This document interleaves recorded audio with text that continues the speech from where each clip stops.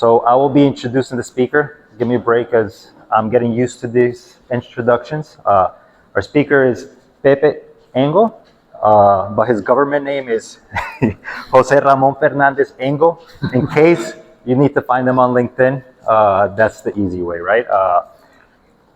Pepe is the COO of Cysnet, but I wanted to switch it up a little bit because as the week's been going by and I've gotten to meet Pepe a little bit more, I found out a couple of things that I thought were cool because he will teach you about his experience in health IT through the presentation. So you'll be able to know his knowledge of what his background is.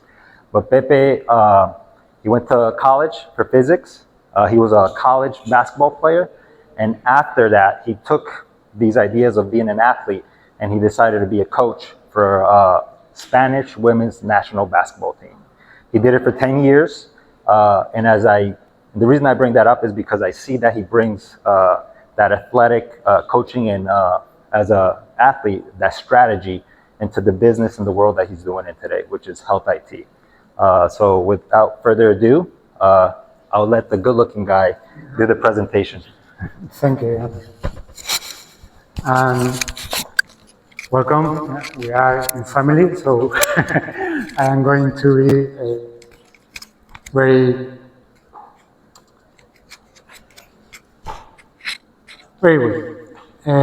We are going to talk about healthcare IT, and the first question is, why are we going to talk about healthcare when we talk about data governance?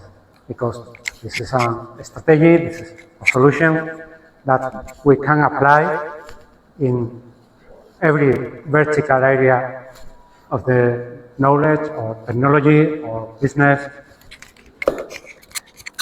There are two main answers for this question. The first one is that data management in healthcare is not yet quite mature. So we have yet the opportunity of add value to the environment, add value to the business, and we can do things, we can do business in this area. And the second one, and I think perhaps the principal, is numbers. Okay? And numbers, I mean every kind of numbers. We can talk about investment, cost, saving. You have here an example with the total spending, total healthcare spending in different countries. In the US, healthcare spending is 5 times military spending. Okay, that's very significant figure, I think. And please keep it in mind because we are talking about numbers along the presentation. And this is the same picture in all the world. Okay? Nevertheless, you have a private finance system, you have a public finance system or a mix.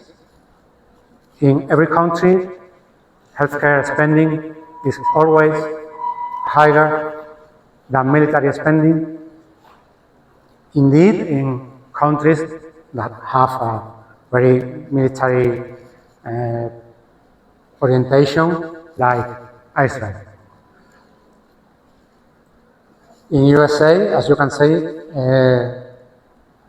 the figure is about 17% of GDP,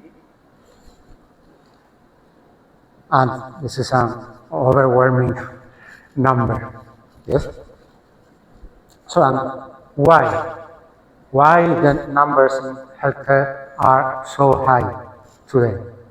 Because today healthcare is not only healthcare.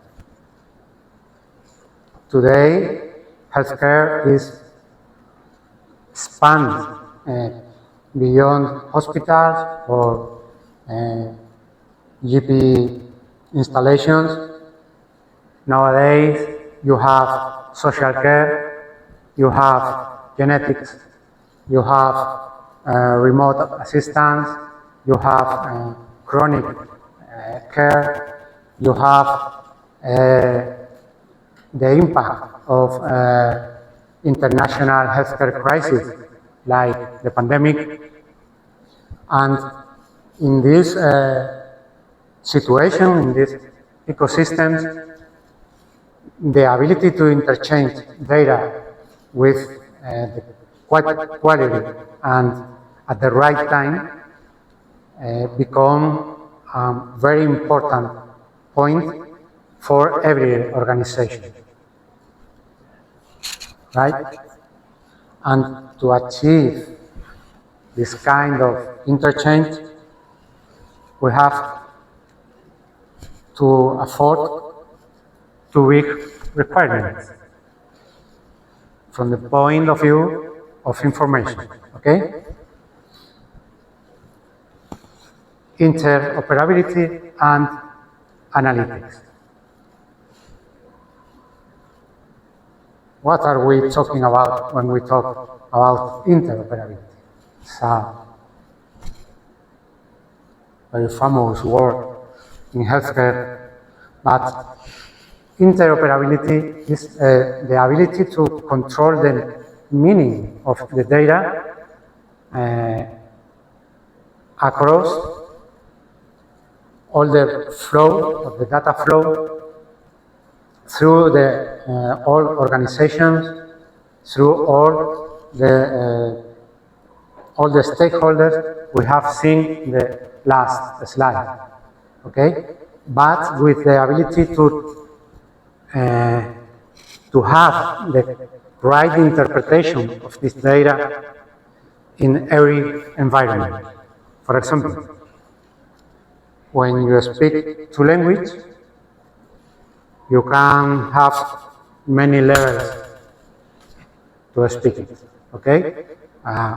Level, for example, level 0, you have zero knowledge of other languages. Level 1, you can interchange some words, you have a dictionary, you can, okay, to ask for a beer, for example, nearby. No problem. Level 2, you can speak these two languages in every context, perhaps, and you have no problem to interchange information, but the real level, the level of where you are interoperable is when you have a bilingual ability to speak a language. So you can give to every word the right cultural context, the right interpretation in every language. So if you speak German and Spanish, for example, you can give to the German word the right context, the right interpretation in Germany, and to the Spanish word the right interpretation in Spain. And it's very usual that it's not the same meaning, okay? And analytics and AI, nowadays everybody should speak about AI. There's no presentation without AI. Analytics is the ability to have the right feedback of this data, of this information, to keep it and reintroduce in your flow of information. In the same way of interoperability, with the right context, with the right interpretation to add the correct value to the business. Okay? So, these two requirements have very similar challenges to afford, with a very high impact, and it's not very easy to make lower these barriers. Okay, they are regulatory difference, for example, GDPR in Europe versus EP in USA, cultural and organizational difference that produce a misalignment in the workflow, in the process of the information across different organizations, indeed across your own organization, across different departments, fragmentations of cultural or of healthcare policies, for example, public by government policies against private policies, political barriers cause the lack of the application of unified standards. We have a standard, but every organization apply it how they want. Okay, it's very usual in, health level 7, have the famous segment set to do whatever you want. It's a nonsense. If you have a standard, it's to be a standard, not to do what you want to do with this standard, And the impact of other areas are not directly healthcare, for example, in data privacy laws or ethics consideration that can to make your sharing data very difficult, because, for example, you cannot to share information about a patient, and because this treatment is forbidden. Okay. So, how I approach this kind of situation, which is my idea to afford this situation. Data governance, but not only about data, not only about the information or the interpretation of the data. We need to know the data across our organizations and how we transform, how we apply technology to manage this information. Okay, it's like a symphony. For example, you need a director that can find the right theater to make the symphony, the right musicians, the right instruments. He must to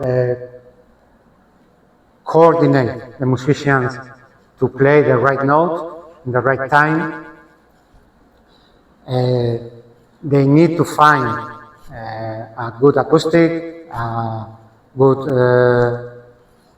sale of tickets to achieve a complete successful symphony. This is the same way, this is my interpretation of what we need to afford this requirement. Okay? When you apply this, you can to make a virtual cycle with governance in the middle, and the management of information, of data around it, making a continue improve cycle of this information. Okay? You have interoperability, you have analytics, you have data quality, You have VI, the more classical perspective. And if you have a good interoperability, the sources of your AI are going to be good sources with good data, and the results of the AI are going to make riches your rules, your flows, your data, your information. Okay? This is my point. How are we going to achieve this proposal? Okay, the first step is to build a governance strategy. We need to rise up a leader and have a wide vision of our organization, of our business, and make a strategy with 4 principal goals. First one, continuous alignment between business and technological level. Okay? If we have no business vision, the tech are going to grow in its own decision and is always end in a difficult situation for the credibility of the technological level. Okay? We're talking about this before the presentation, because it's very usual that many proposals about information start at the level of technology and not come from the business, especially in healthcare. Okay? And in the other side, if you have no good tech level, your goals from the business perhaps are going to be unreachable. Okay, you are not going to be capable of give a response to these goals in time and form. Right? We need very good training and onboarding plan, because our principal resources is our staff, and we'll see in a moment that this staff is a very special staff. We need, of course, monitoring and make an improvement plan, and we need resource allocation. With no resources, we have no plan, no strategy, nothing. Okay? And the point, we are looking for always a comprehensive business model. It's not only a technological model. Okay? We need always the participation of the business. The budget. Obviously, this involves a cost, and we have 2 principal lines for investment. The first one, a technical office that can to bring this strategy to the ground, and infrastructure as good as we can acquire, because this infrastructure is going to be the core of the technology of all the organization at the information. Okay? Licenses included, of course. And it's not only a one-shot budget, it's a long-term budget with approx this distribution of effort along the time. In the first stage, approx 3 years, is going to be a very focused stage in analysis and normative. We need to know where we are and how we want to manage what we have, okay? And very important, we need to acquire visibility inside the organization. We are going to have a normative office. So if the organization don't know that we are there, they are not going to use us. So the office, perhaps in 5, 6 years, is out of the picture. Okay. The next stage, approx another 3 years, is being focused in development of what we want, tools, or services, etc. And from this point, we are going to achieve a baseline of activity with a principal focus in analysis, normative, keep all our infrastructure in the edge to be able to afford new technologies, new applications in a good, in a quick time to market, okay, and testing all the applications, all the thirds or vendors, or etc., that want to share information with us, okay, or collaborate with us in any way. We have our strategy, we have our budget.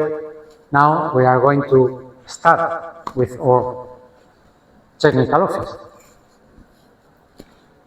I'm trying to work to be a little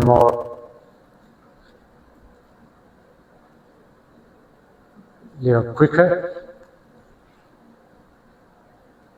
Why establish a technical office? Okay, this is to make reality, to make a real thing, our strategy, and the first step always to make this bridge between business and technology. Okay? Establish our framework of governance.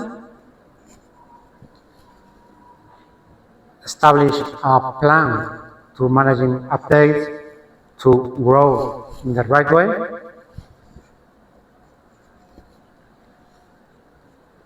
Establish a way to control the information that we share with the vendors. I mean, we need to assure that the information that they treat, the information that we receive from them, add value to our organization. Okay? For example, if you are using a fire resource with concrete interpretation, you need that your vendor use this interpretation and not its own, because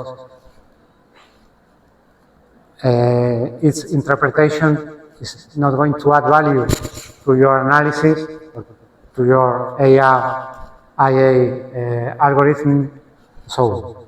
Okay?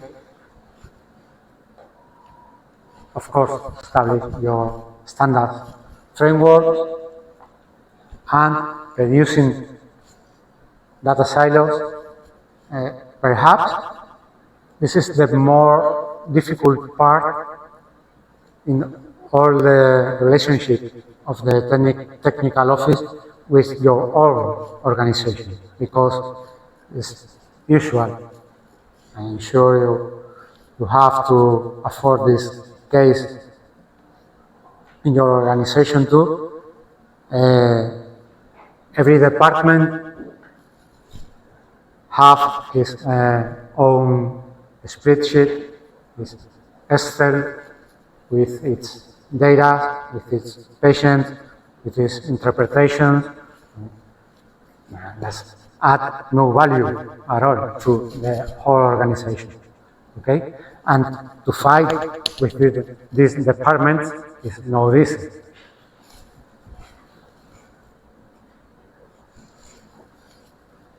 What kind of tools we need to provide to our office to achieve our goals?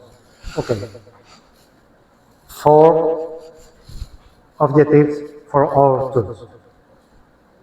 First one, we need a knowledge base that gives us a complete visibility of our model, of our strategy, of our resources, of our rules.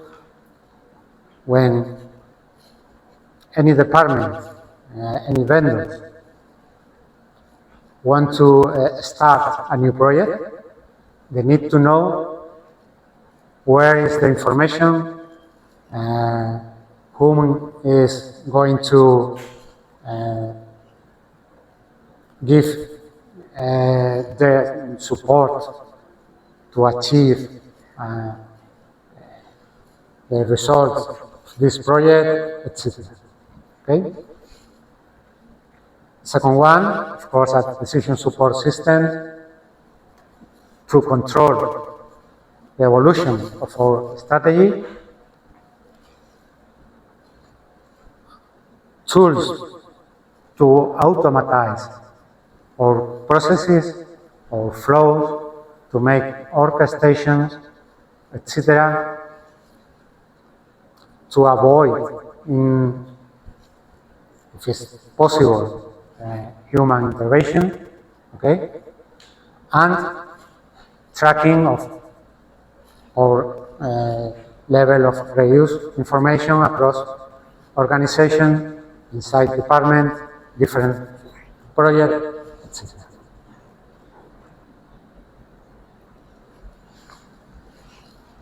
Well, we have already a strategy, office, budget, tools. How can we sell this idea to our organization, to the financial manager, and say, okay, I'm going to invest X millions of dollars. How are you going to give me in the other side? We're going to have a way to calculate this ROI, this return of investment. In the left column, we have our pros. In the right, our cons. Our pros, we have talking about this along all the presentation. We are going to improve operational efficiency. We are going to improve data quality, of course, direct cost savings, and a long-term impact, especially in our relationship with patients. And cons, we are going to have a very expensive start point of investment, and we need ongoing investment. In the majority of the cases, for all the life of the organization. An office of this kind is not a project to start and end, because if your information, if your value,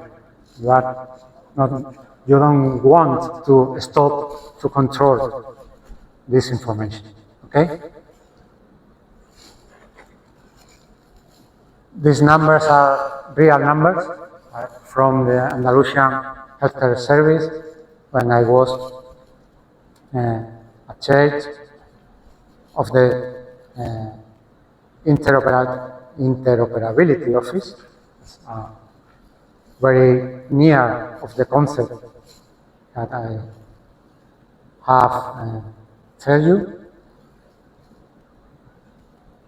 This is a 5 years project trying to normalize the information across 32 hospitals, 1,200 GP facilities,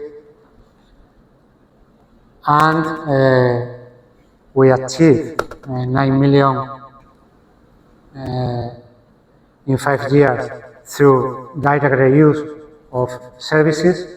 So we designed a new service, and for all organizations, we said, okay, you are using this one, finish, you are going to use this one in this way. So we save many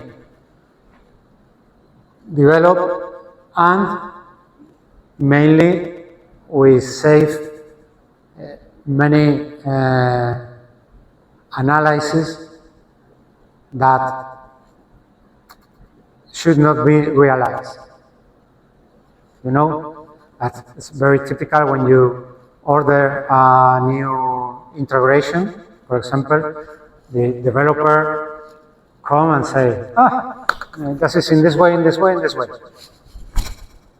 In fact, and no, you have this way that is the organization way. This is, you must use, okay? And in the long term, we're reducing redundant systems and maintenance, reducing training costs, because we avoid the training in many legacy systems. We improve data quality and reduce the medical errors. Medical errors is a principal point because usually it's very expensive to fight against medical error, involve the health of the patient, involves the death sometimes of the patient, and it's very expensive to deal with it. We have no exact numbers about the level of improving patient care, but this is there. And we increase the revenue, improving the relationship of the patient with the system, and they acquire confidence in the way of the technology was making things. In this case, through the application of a schedule with specialists in all the organization. In 2 years, 3 years, the use of this application rise a lot, so you are saving the direct contact of this patient with a human being in the other side, the nurse. And this was our investment. And in 5 years, we saved 5.3 million euros in this case, in the whole project. That means a good cipher, and you can adopt this calculating to your own organization in your own project with no difficulty. Okay? So, I hope you enjoy the presentation. Is there any question?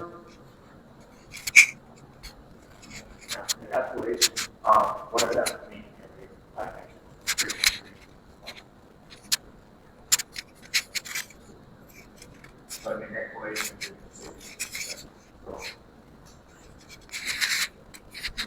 Yeah, this 3.3 million this is a mistake by my side, because I used this number in the first calculation with 2 years. And when I make the substitution of the years, so in the final presentation, I'm going to give you the numbers. Thank you for your point.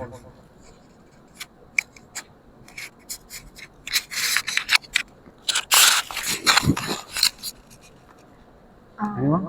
There was a chart at the beginning that you explained that typically the duration of the project is like 9 years, the first three, it was on the beginning. Yeah. Yeah.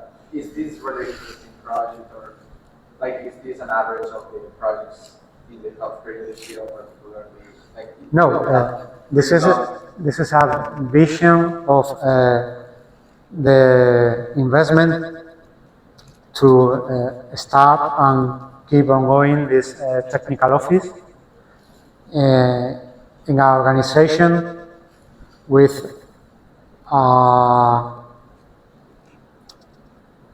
average healthcare occupation, with similar number of flows with specialists, GP facilities, image, laboratory, and so on. So this wide flows, it's a high number of flows, really. This includes From the beginning to the vice lane. Yeah, never ending story. Yeah. And how many people usually have that technical office? Are they the same throughout the whole period? It depends of the volume of the organization. But in this point, I'm going to say to you, the principal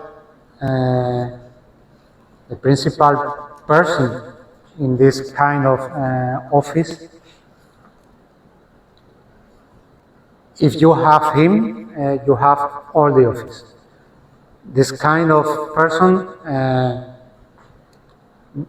first must be a person from the organization. You cannot to contract outside, because he must to have visibility and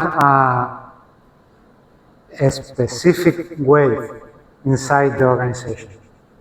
Okay, he must be or she must be capable to talk with everybody inside the organization.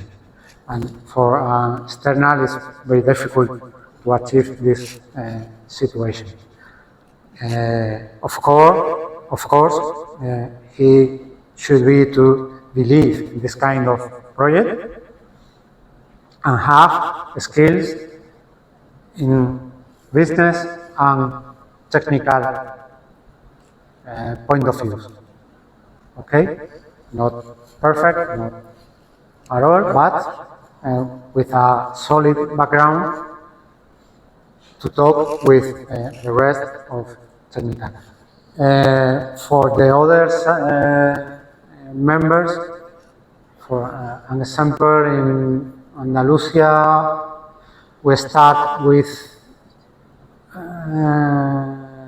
10 technicals, and the worst years we have 27, and at the last of the curve in the last years, I think they are 7, 8 in this arch, approximately. Yeah, that's, Right now, we are working on a part of Spain. yeah.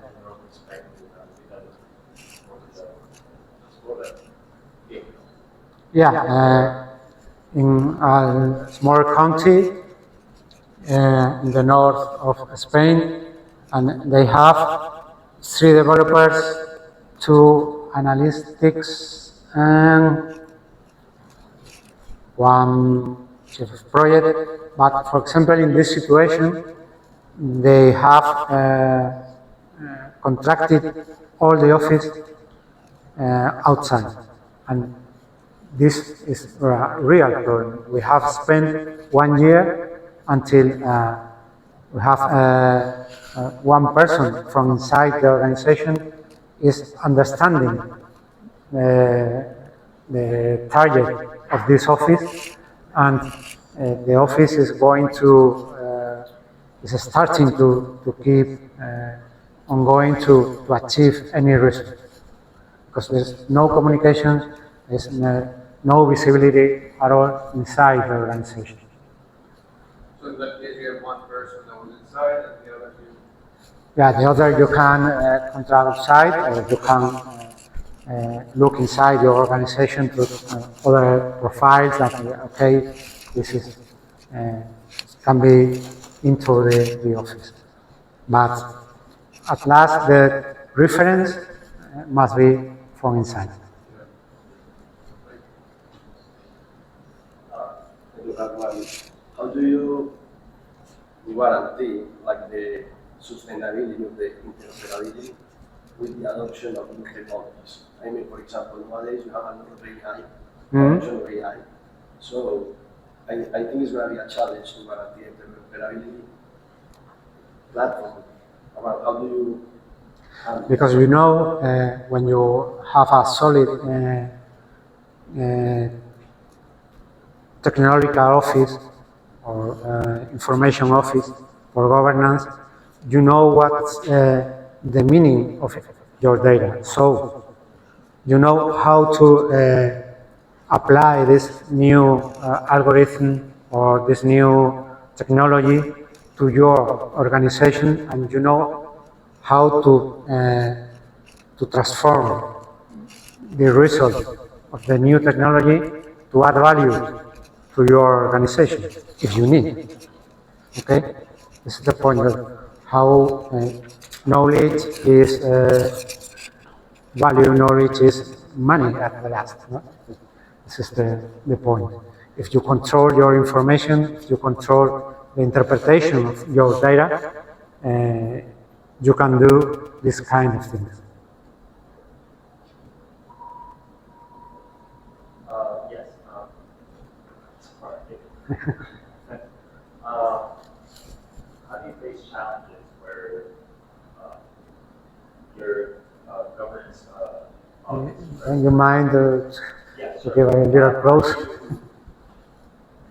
Face these challenges with your technical office or governance office when you're bringing vendors and you have these data silos happening at the same time? How we manage this? Technical office, yeah. In Spain, we say with a lot of left hand. You know? You need to keep a good vision of how to manage the change inside the organization. Depend if these silos or these vendors are aligned with your goals, is easy, is no problem. If they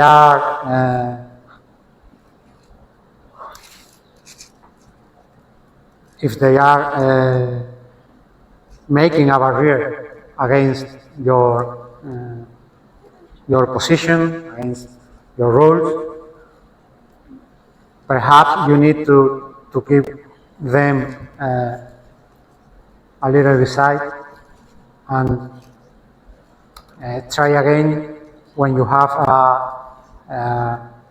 enough specific weight inside the organizations, and there is no back road. Okay?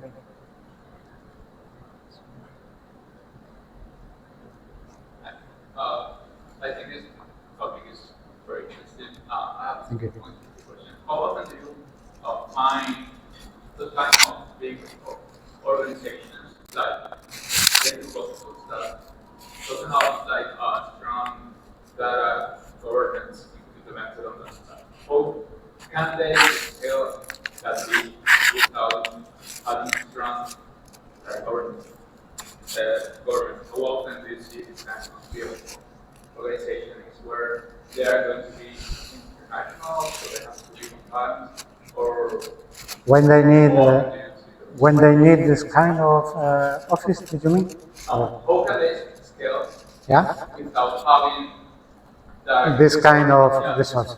thank It's very difficult because if you don't have this kind of control, when you are scaling, you are losing the little control that you have yet, or you have already about your information.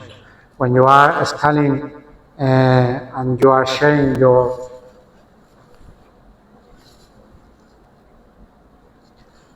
when you are scaling and you are sharing your data,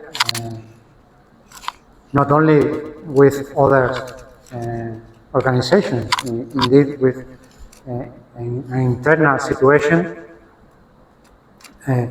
in every integration, in every interchange, can be a mapping, can be a change of the meaning of the data. So if you have no control over this change, you have no visibility of the consequences. Okay. That's why I was asking, how often do you see big companies without a good data governance implemented? Many So they times, can invest many times, that big amount of money without many having times, because this kind of alignment nowadays, before after the pandemic,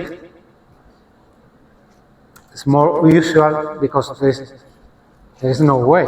So you need to share your data to achieve prevention systems in the right way, and it's an international situation. So, Maybe I have an example of that. We have, I'm not going to say the name, it's in Latin America, but it's like a kind of company with a huge legacy system that they built by themselves, yeah. like 25 years ago.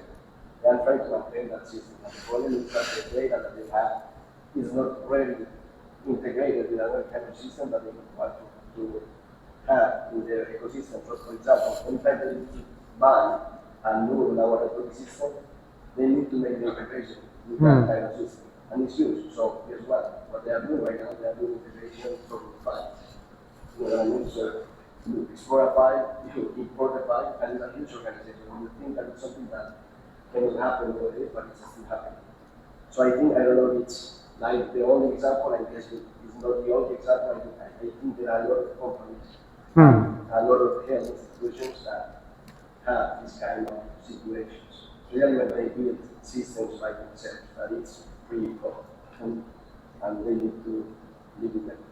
so they have like a partial data governance implemented for the case and Yeah. Sometimes, for example, one of the things that we usually start to make is to use, for example, an ESP, enterprise service bus, or making integration between different kind of systems. So that's like the very basic interoperability thing, in my understanding. Just correct me if I'm wrong, but in my understanding, that's like the very basic thing that you can make at the very beginning. And then you need to standardize how it's going to be like a contract. It means like the way that you need to communicate one system with the other one, guaranteeing that you are doing the flow of the information correctly between the system. So that's like a very basic thing that you need to make. But I think it's challenging, especially in Latin America, and it's a place where we have been working with these kind of institutions. It happens a lot. So we have experience with this particular client. They imagine that they built the system by themselves. Then they acquired two different hospitals, and they wanted to implement the legacy system in the new clinics and hospitals. So when you needed like to find somebody to make the support of the system, they don't find the technical guys who implement the system by the beginning. So it's challenging. There's no documentation, so I think it's common. Yeah, it's very common. That's right. And in this point, remember we are looking for business model.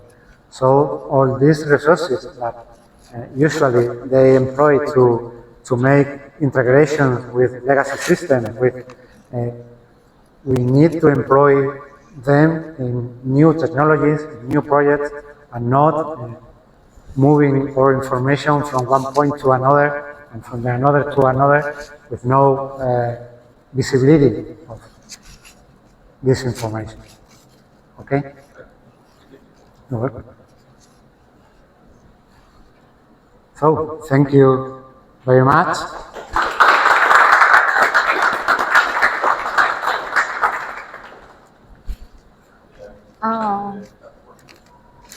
Okay, We have 4 beers. but you want to What? talk Yeah, about the workshop? yes, Okay. I would like to invite you, you have remembered me, to, if you are interested, we are going to work in a kind of workshop over this kind of things in the next year. If you are interested, we would like to invite you to participate. Okay? Okay. Thank you. Thank you so much, Pepe, for your time, for sharing with us your experience and your knowledge. Thank you for the So, opportunity. thank you. And thank you to all of you for being here. I would like to say thank you to all the community. This is no, I don't want to say this is my last CTO Insights Miami, so I just want to say thank you to the community. I helped Asia organizing the event during more than 1 year, so I'm so proud of this community of tech leaders here in Miami. And I just want to say thank you to all of you, and say thank you to Brian for giving me the opportunity to be a part of this, and that's it. Just thank you. So you can stay more time here, take some drinks, food, and continue networking. Have a great night.